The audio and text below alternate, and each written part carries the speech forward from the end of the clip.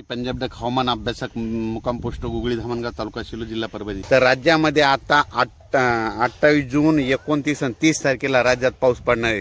सगळ्यात जास्त पाऊस पूर्व विदर्भ, पश्चिम विदर्भ आणि त्याच्यानंतर जळगाव, संभाजीनगर, उत्तर महाराष्ट्राकडे तसेच कोकणपट्टीकडे हा पाऊस जास्त असणार आहे।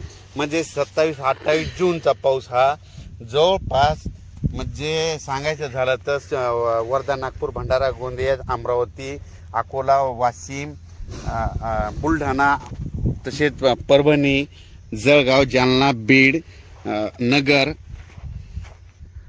नगर, नाशिक, धुळे, नंदुरबार त्याच्यानंतर कोकणपट्टी ह्या भागामध्ये जवळपास 27, 28, 29 जूनचा पाऊस चांगला पडणार आहे म्हणून हा अंदाज लक्षात घ्यायचा।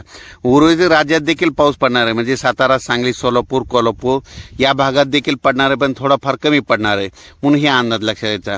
राज्यामध्ये सांगायचं झालं तर 27, 28 जूनचा पाऊस राज्यात ठिकठिकाणी जोराचा पडणार आहे, वडे नाले वाहणारा पडणार आहे पण भाग बदलत पडणार आहे म्हणून हा अंदाज सर्व शेतकऱ्यांना लक्षात घ्यायचा। सर्व शेतकऱ्याला सांगू इच्छितो की राज्यामध्ये एकदम असा पाऊस बंद होणार नाही, राज्यात पाऊस चालूच राहणार आहे। म्हणजे जवळपास हे पावसाचं सत्र चालूच राहणार आहे। फक्त काय होणार आहे, आज इकडल्या भागात पडेल तर उद्या दुसऱ्या भागात, आज म्हणजे पश्चिम महाराष्ट्रात तर उद्या दक्षिण महाराष्ट्रात, तर उद्या विदर्भात तर पश्चिम विदर्भात, कधी मराठवाड्यात, म्हणजे हे असं सर्व म्हणजे पाऊस असा चालूच राहणार आहे म्हणून हा अंदाज सर्व शेतकऱ्यांनी लक्षात घ्या।